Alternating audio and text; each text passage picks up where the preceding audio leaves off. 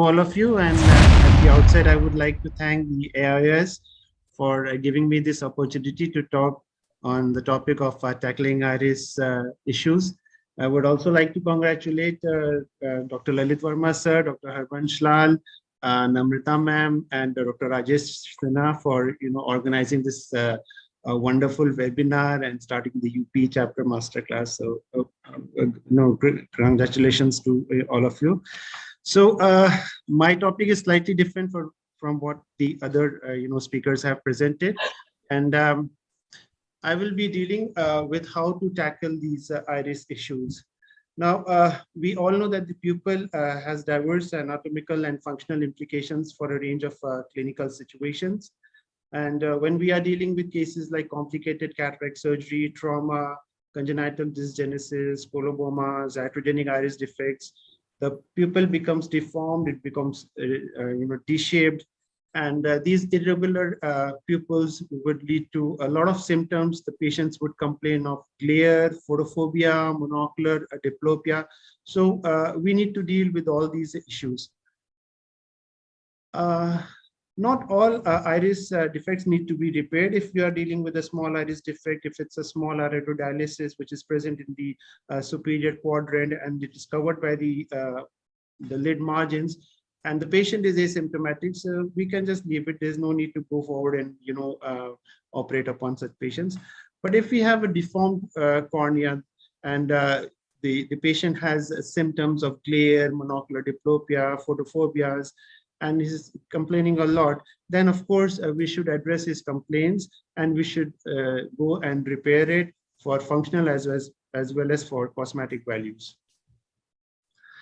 So the major categories would include the iridodialysis, which usually occurs because of the blunt trauma, which can occur by any blunt instruments or a tennis ball or a golf ball injuries, where we can also go and repair such pupils which have traumatic mydriasis because of these sphincter tears.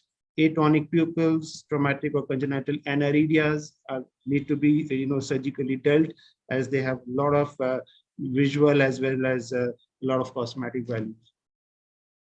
So I'll be demonstrating some of my surgical techniques here.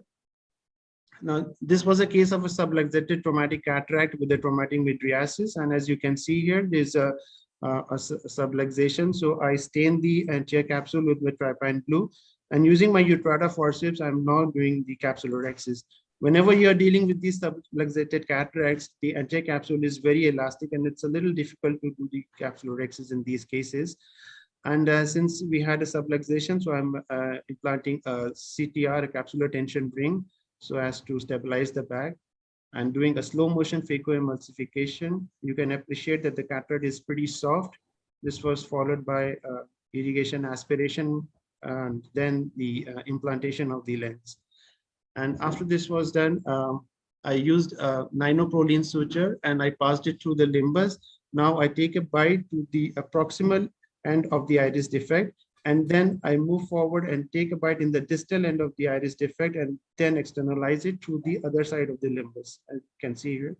Now using the McPherson forceps, I now pull the loop of the suture and I'm tying it inside the eye and there with the loop and the suture, and I tie and using my vitreoretinal forceps, and it is quite cumbersome when you're doing this technique. And finally, I'm able to tie the knot, and then the ends of the suture ends are cut, and you can see that I have a relatively round pupil. So this was the pre-operative, picture of the patient, and post-operatively we have a relatively round pupil. Now, after doing that case, I thought about that because it was very cumbersome, and then I shifted to another technique, a novel technique, which is known as a single pass four-throat pupilloplasty. It was first advocated by Dr. Amar Agarwal, and I found it very interesting. And I'll show you an animation of this so that you can get a concept, and then I'll show you my surgical video. Now here what we do is we take a ninoproline suture with a long needle and pass it through the limbus, and then take a bite in the proximal iris defect, and then using a 26 gauge needle we pass it through the distal defect, and then we do a railroad technique and externalize the suture, and then we go inside and take the suture in a loop form and externalize it. Now the suture end is passed through this loop, and we give 4 throws.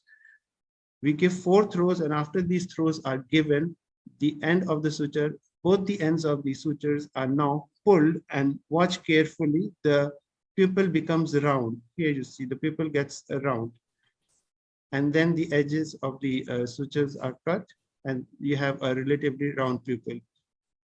So you can do it infrequently also. So now this was my case where I used this technique. I stained the entire capsule with the trypan glue. And after doing my capsulorhexis, I did a direct phaco-chop technique here. I impaled the nucleus, cracked the nucleus into multiple fragments, and then slowly each fragment was emulsified. And this was followed by automated irrigation aspiration, and then the implantation of the intraocular lens. Now, once this lens was implanted, I injected intracameral pyrocalprine to constrict the pupil. And now, using my long needle ninopoline suture, I passed it through the limbus and took a peripheral bite in the proximal part of the iris defect, as you can see here.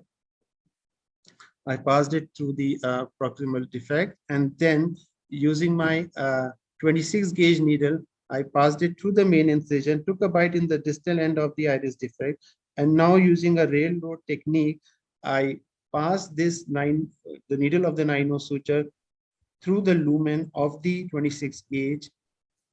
See how I am threading it here, and now slowly withdraw it and externalize it to my main incision there.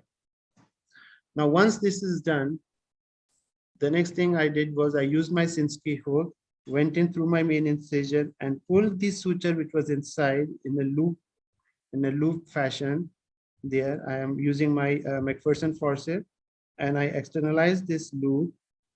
And now, once this loop is externalized here, now you can see, now I will cut the other suture end to make it slightly small, and now pass this suture through the loop, and I will give 4 throws.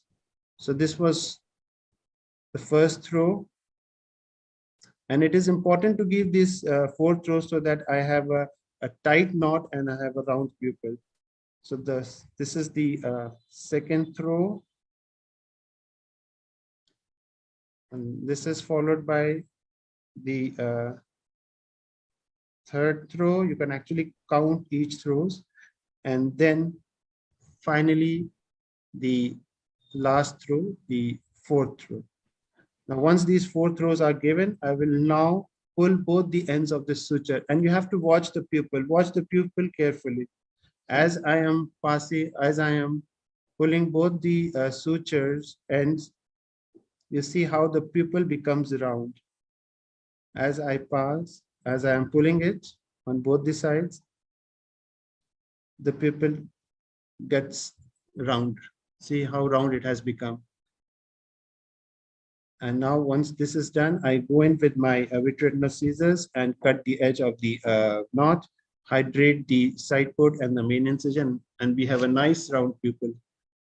So this was the preoperative picture of the patient, and after the surgery, the pupil has become absolutely round. So I would now move on to another defect, that is the iridodialysis, and how to repair these cases. We all know that iridodialysis is basically an avulsion of the iris from its natural insertion on the ciliary body, and that might be accidental or iatrogenic in nature.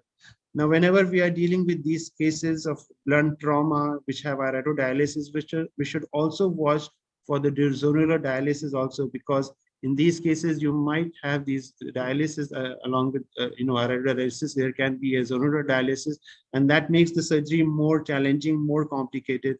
So, a preoperative evaluation is very important. Also important is the timing of the surgery. Now, whenever these cases present, they have blunt trauma, they have severe inflammation, severe uveitis with hyphema. They might have secondary glaucoma. So you have to quieten the eye. You have to manage this with use steroids, topical steroids, oral steroids, control the intraocular pressure, make the eye quiet, and then perform the surgery. Also, we should not wait too long to perform the surgery here, because if we wait quite a long time, then the iris tissue becomes very fragile. They become very fibrotic, and then to suture them becomes very, very difficult. So we should be very judicious, and we should neither be very aggressive in managing them surgically, nor we should take too long for managing. So I will be showing you the handbag technique here. Now, what we do here is basically we make a stab incision and we pass. We take a double armed double armed Prolene suture, and we pass the long needle through the stab incision and take a peripheral bite, and then we externalize it through the scleral incision that we make here. And then the other end of the ninoproline suture is again passed through the stab incision adjacent to the initial bite that we had taken, and then externalize it through the scleral incision. Now, once this is done, we pull both the needles, and then we tie both the sutures, and the knots are then embedded in these scleral incisions, and the iris gets opposed to its root, and we have a round pupil, as you can see. Now, I'll be showing you the surgical technique here. You can see this is an iridodialysis, and I make a stab incision, and I'm just inserting I'm inserting an iris hooks and widening the pupil to get a much broader view here. And then I perform my capsulorhexis. And after that, we also noticed that there was small dialysis, so I implanted a CTR to stabilize the bag, and this was followed by emulsification of the nucleus. It was a pretty soft nucleus, so we did a phacoemulsification, which was followed by again an removal of the cortex, and then the implantation of the lens. Now, after implanting the lens, we remove the hooks, and now I'm doing a conjunctival peritomy, and I'm making two small scleral incision adjacent to the iridodialysis, about 2 millimeters away from the limbus, and two scleral pockets are made. And then the ninoproline suture, the needle of it is passed through. We take a peripheral bite and externalize it through this scleral incision. The other end of the needle is again taken and passed through the peripheral part of the iris defect, externalized, as you can see here. And now I will pull both the ends of the needle. Now, since this defect was larger, so I use another double arm ninoproline suture, passed it again through the other part of the defect, passed it through the peripheral part of the iris defect, and then externalized it through the scleral incision in a similar fashion, and pulled both the needles so that to oppose the iris there. And once this is done, I'll suture the ends of both the ends of the sutures. The knots are then buried in the scleral tunnel, and there you see you have a round pupil. There, it is relatively round. So this was the day one picture, and after a week's period, we have a white eye with a round pupil. This is the preoperative picture, and we have the postoperative picture. Now, after doing this case, again, I thought about to make it a little more simpler, and then I came upon a technique which is the modified sewing machine technique, and it's a wonderful technique.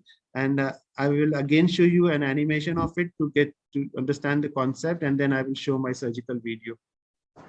Now we take a 26 gauge needle here and pass the needle of a ninoproline suture through the lumen and leave a small tag in front of the 26 gauge.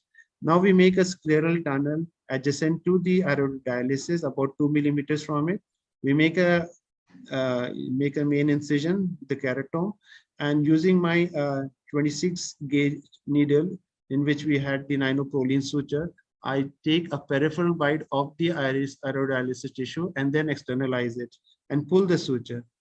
Now slowly I will now withdraw this and again take a peripheral bite, and now I will externalize the loop. Again, in a similar manner, you take a bite and then externalize another loop. Depending upon the how big the aerodialysis is. You can do it as many times, and you have this loop. Now, once you have these loops, what you do now is you pull out the suture, the Prolene suture, from the lumen of the 26 gauge, and withdraw it along with the needle. And then you pass that needle through the loops. And then once you pass it through the loops, you pull both the ends of the sutures and you get a round pupil. And I'll show you in my surgical video here. Now, this was a traumatic mature cataract with the aerodialysis. I stained the anti-capsule with trypan blue and doing my capsulorhexis, and followed. It's pretty soft here. Did my fecum emulsification, then removed the cortex, and now I do a conjunctival peritomy, and now I make a scleral incision about 2 millimeters away from the limbus. You can see here, and now the next step is to take the 26 gauge needle and dock the needle of the ninoprolene suture into the lumen of the 26 gauge. As you can see here, I insert it here. And now through the other end of the 26 gauge needle, I pull the needle and I withdraw it till a small tag of a suture is left in front of the needle. Now this 26 gauge needle is passed through the main incision, and a peripheral bite is taken of the iris defect, and then this is externalized through the scleral incision, and then the suture is pulled forward here. Now slowly I will withdraw my 26 gauge needle and then take another peripheral bite adjacent to the first one. See, I take another peripheral bite adjacent to the next one, and then externalize it through the scleral incision. And again, in a similar fashion, I do it again and take these 3 loops here. Depending upon the defect, you can do it as many times as you want. And now I have these these loops here. Now I will slowly pull the suture from the lumen of the 26 gauge. And as I'm doing so, see the needle of the Prolene suture comes out. Now I will slowly withdraw the 26 gauge needle, and now I will pass it through the loop that I have created and pull both the ends of the suture. And as I do so, you see the pupil gets rounded. See, you have a nice round pupil here, and the knots are embedded in this scleral tunnel. This is followed by injection of the intraocular lens. We could have also implanted the lens initially. That's not a concern. And then the conjunctiva is cauterized, and you have a nice round pupil here. So this is day 1. You have a relatively round pupil. In fact, if the pupil is still not very round, what you can do is you can do a pupilloplasty here. You can do a single pass 4-through pupilloplasty here and make the pupil more round. So this is the preoperative picture, and this is the postoperative picture of the patient. So to conclude, iris repair can be very rewarding both for the surgeon as well as for the patients. And there are, of course, multiple techniques to manage these cases, and those I have already shown you. And you can go in and do any technique of your, whatever you desire. And if the case is, if you have a larger defect and if it's pretty large, then of course you can even use prosthetic devices. There are wonderful devices which are available.